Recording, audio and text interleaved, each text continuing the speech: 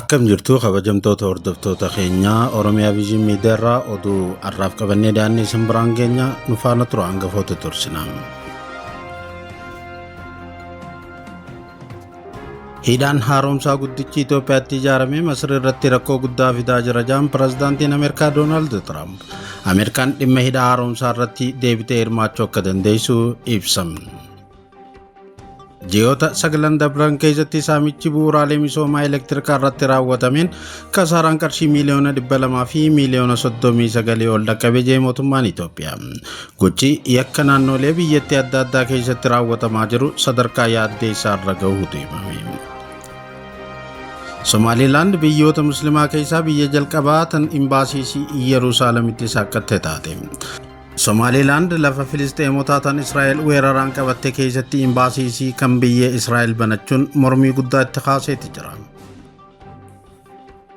Waliigalteen Ameerikaa fi Iraan gidduutti taasifame natti hin tolle taanaan deebinee Iraan boombiidhaan haleella jedhe pirezidaantiin Ameerikaa Doonaald Tiraamp. Itti aanaan isaa DJ Vaansis dhimmicha irratti ibsa kennaniiti jiru.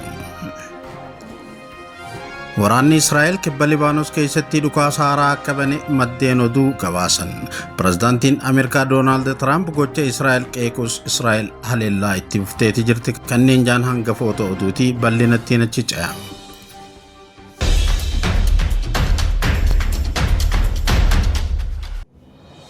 Hidhaan haaromsaa guddichi Itoophiyaatti ijaarame Masir irratti rakkoo guddaa fidaa jira jedhan pirezidaantiin Ameerikaa Doonaald Tiraamp.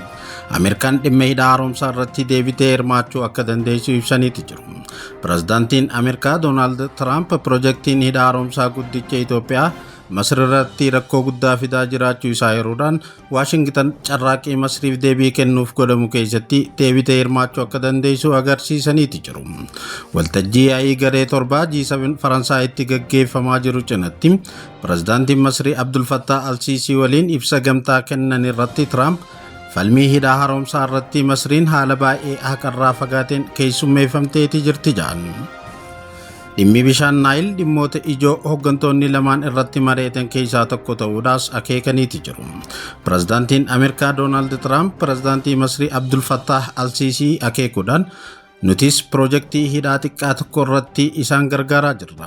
Dhugaa beekuu yoo barbaaddan karaa Itoophiyaatiin haala baay'ee haqa maleessa ta'een akka keessummeeffamtan naan amana jedhaniiti jiru. Itti dabaluudhaan hooggantoonni lameen waa'ee Naayil ni mari'atu. Sababni isaatis Naayil waan ta'uu malu olitti xiqqoo hir'achaa jira jedhaniiti jiran. Tiraamp dabalataan bara hojii isaanii isa jalqabaa keessatti dhimmi kun furmaata argachuuf dhiyaate akka ture ibsaniiti jiru. Itoophiyaatti hidhaan ijaarameeti jira. Kunis Masir irratti rakkoo guddaa fidaa jira. Anis kana sirriitti niin beeka. Waliigaltee sana xumureen ture. Garuu sana booda filannoo waliin dhawamee gaggeeffameen namni biraa dhufe. Innis waa'ee dhimma kana waan baay'ee hin beeku ture. Homaa takka furuu hin dandeenye jechuudhaan bulchiinsa Joon Baayiden kan qeeqa Tiraamp garuu nuti gara dhimma kanaatti ni deebina furuu akka dandeenyu ni argina jedhaniiti jiru. Pirezidaant Abdul Fattah Al-Siisiin gama isaaniitiin Tiraamp sodaa Masiriin hidhaa kana irratti qabdu hubachuu isaaniitiif galata galchaniiti jiru. Dhimmi hidhaa kun Masiriif dhiibbaa inni qabu ilaalchisee hubannoo agarsiistaniif kabajaan ani isiniif qabu ibsuun barbaada jedhan Abdul Fattah Al-Siisiin.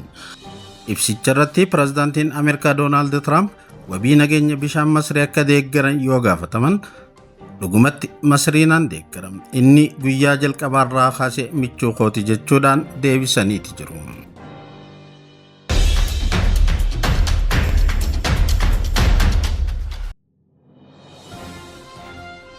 Ji'oottan 9 dabran keessatti saamichi bu'uuraalee misooma elektirikii irratti raawwatameen kasaaraan qarshii miliyoona 200 fi miliyoona 39 ol dhaqqabee jedhe mootummaan Itoophiyaa.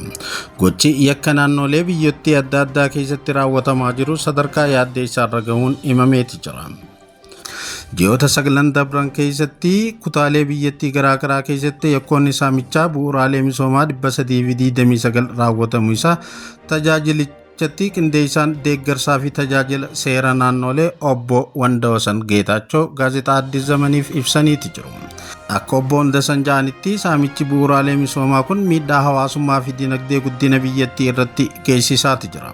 keessattuu yeroo qaamoleen tiraansfoormarootaa fi nasii saamamanitti tajaajilli ibsaa tasa addaan cituu jireenya guyyaa hawaasaa jeeqaati jira ja'an. Yeroo fi qabeenyi dhaabbatichi bu'uuraalee misoomaa babal'isuu fi fayyadamtoota biraan ga'uuf oolchuu qabu meeshaalee saamaman bakka buusuuf akka oolu dirqamuun saffisa misooma biyyattii irratti dhiibbaa hamaa geessaa jiraachuu dabalataan himaniiti jiru. Yakkamtoota seeratti dhiyeessuu fi itti gaafatamuu taasisuudhaaf hojiiwwan hedduun hojjetamaa jiraatanis seeronni jabaan kunneen hojiirra oolaa osoo jiraniitis hannii fi mancaatiin naannoo adda addaatti raawwatamu ammaas hir'achuu akka hin dandeenye dubbataniiti jiru jechuudhaan Addis Istaandaardiitu gabaase.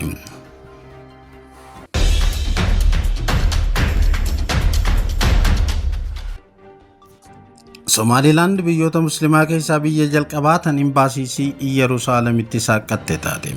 Somaliland lafa Filisteemotaa tan Israa'el weeraraan qabatte keessatti imbaasiisii tan biyya Israa'el banachuun mormii guddaa kaaseeti jira. Naannoo of dandeesse taatee Somaaliyaa irraa adda baatee tan jirtu Somaliland ji'oota 6 dura erga Israa'el akka biyya birmadoomtetti beekamtii biyyummaa isiif laatteen booda imbaasiisii magaalaa Yerusaalem keessatti saaqatteeti jirti.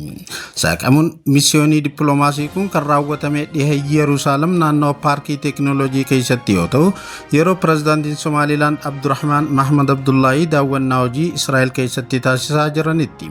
Ministeerri muummee Israa'el Benjaamin Netanyaahuu pirezidaantichaa waliin yeroo wal arganitti hariiroo obbolummaa gad fageenya qabu kan saboota keenya lamaan gidduu jiru jechuudhaan dhaadheesse. Haa ta'u malee Somaaliyaan kan Somaliland akka kutaa qaama isitti ilaaltu hariiroon bulchiinsa naannoo kaaba Somaaliyaatti argamu kamuu waliin godhamu dhiittaa birmadummaa isii akka taate ibsiteeti jirti.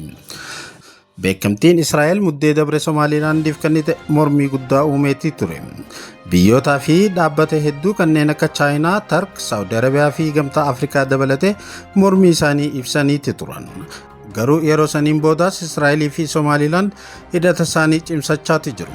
Jalqaba waggaa kana ministeerri haajaa alaa Israa'el Geediyoon Saar magaalaa guddoo Somaliland Hargeysatti daawwannaa hojii taasisaniiti turan.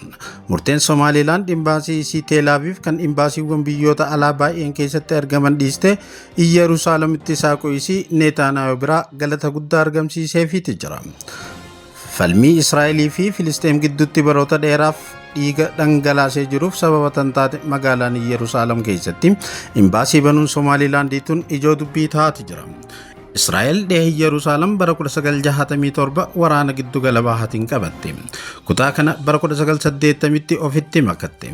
Tarkaanfii kanaanis hawaasa idil addunyaarraa beekamtiin hin kennamneef yookaan qaama Israa'elitti hin fudhatamne.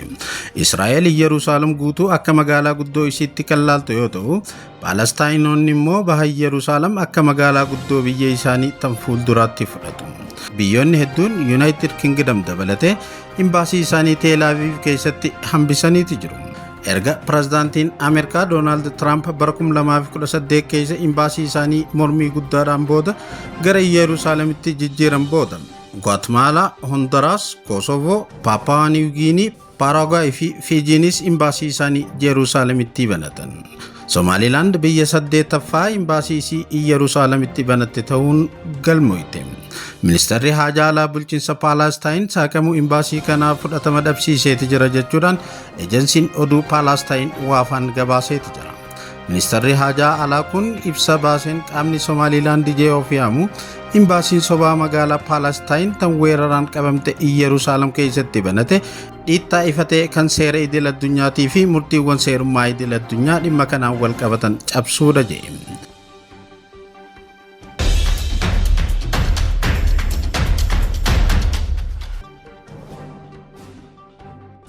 Waliigalteen Ameerikaa fi Israa'el taasisan natti hin tolle taanaan deebi'ee Iraan boombiidhaan hin haleela jedhe pirezidaantiin Ameerikaa Doonaald Tiraamp. Itti aanaan isaanii DJ Vaansis dhimmicha irratti ibsa kennaniiti jiru. Doonaald Tiraamp waliigaltee wal hubannoo US fi Iraan mallatteessan yoo itti hin tolle Iraan irratti boombii akka roobsu dubbate. Tiraamp kana dubbate yaa'ii biyyoota G7 jedhamu Faransaayitti gaggeeffamu cinatti pirezidaantii Masrii Abdul Fattah al-Siisii wajjin wal arguun ibsa waloon miidiyaaf kennan irratti.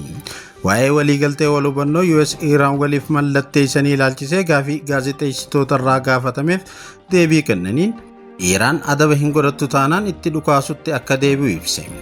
nattiin tolle yoo ta'e walitti dhukaasutti deebina.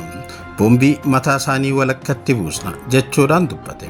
Tiraamp ibsa kanarratti irra deddeebiidhaan Iraan boombii nukleeraa akka hidhachuu hin qabne ibsuudhaan waliigalteen Iraan waliin taasifame waliigaltee baay'ee gaariidha jedhan. Geessitoonni isa dura turan keessattuu Barack Obamaan waliigalteen Iraan waliin bara 2015tti taasise waliigaltee Iraan angoomse ta'uu qeequudhaan kan ammaa garuu Iraanitti luugama kan godhu ta'uudha dubbatan. Oduu gama biraatiin qabiyyee waliigaltee US fi Iraan jimmata dhufu ni maxxanfama jedhe pirezidaantii itti aanaan Ameerikaa J.D. Vance.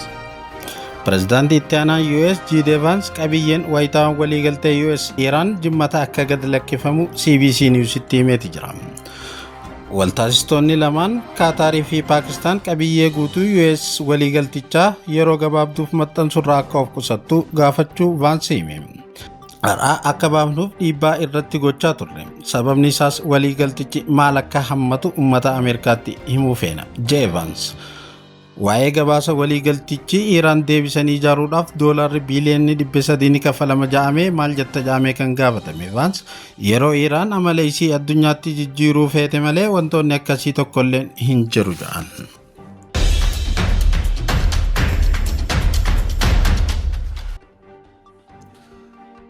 Waraanni Israa'el kibba Libaanos keessatti dhukaasa haaraa akka bane maddeen oduu mootummaa gabaasaniiti jiru. Pirezidaantiin Ameerikaa Doonaald Tiraamp gocha Israa'el qeequs Israa'el haleellaa itti fufte. Roobii jettiiwwan waraana Israa'el naannoo Naabiyaat Alfawqaa fi naannoo qarqara Kifaar Teebiniitti haleeluu isaanii ejensiin oduu biyyoolessa Libaanos gabaaseeti jira. Waraanni Israa'el dhimma kanarratti hanga ammaatti homaan jenne. Kanaan dura garuu garee hidhattoota Hizbollaa Iraaniin deeggaramu irratti xiyyeeffachuudhaan dubbachaati ture. Sanada waliigaltee waraana dhaabuu Ameerikaa fi Iraan jidduutti godhame kan gadi lakkifamin garuu biyyi jaarsummaan jidduu deemaa jirtu Paakistaan waliigaltichi Libaanos akka dabalatu dubbatteeti jirti. Kibxata kaleessaa Tiraamp muummeen ministeera Israa'el Benjaamin Netanyaahuu dhimma Libaanos ilaalchisee itti gaafatamummaa dabalataa fudhachuu qaba jeeti ture. Kora biyyoota G7 kan Faransaayitti gaggeeffamaa jiru irratti yoo dubbatu Israa'el Hizbollaa waliin yeroo dheeraadhaaf lolaa akka jirtuu fi namoonni baay'een ajjeefamaa akka jiran ibseeti jira. Erga waliigalteen Ameerikaa fi Iraan dilbata galgala labsameen booda Israa'elii fi Hizbollaan walitti dhukaasaati jiru. Har'a haleellaan xiyyaarota waraana Israa'el Beerut irratti raawwatte kan rookeetii daangaa Israa'el irratti Hizbollaan dhukaase haaloo ba'uuf raawwatame jaameeti jira. Carraaqqiin waliigaltichaa xumuruuf taasifamu irratti dhiibbaa uumeeti ture. Gabaasni kan BBC'ti.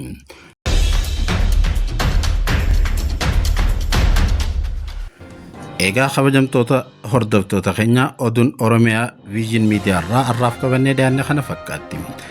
Oromiyaa Vision Media subscribe, like, share godhuudhaan nu deeggaraa jecha nagaa isinii dhaamanna.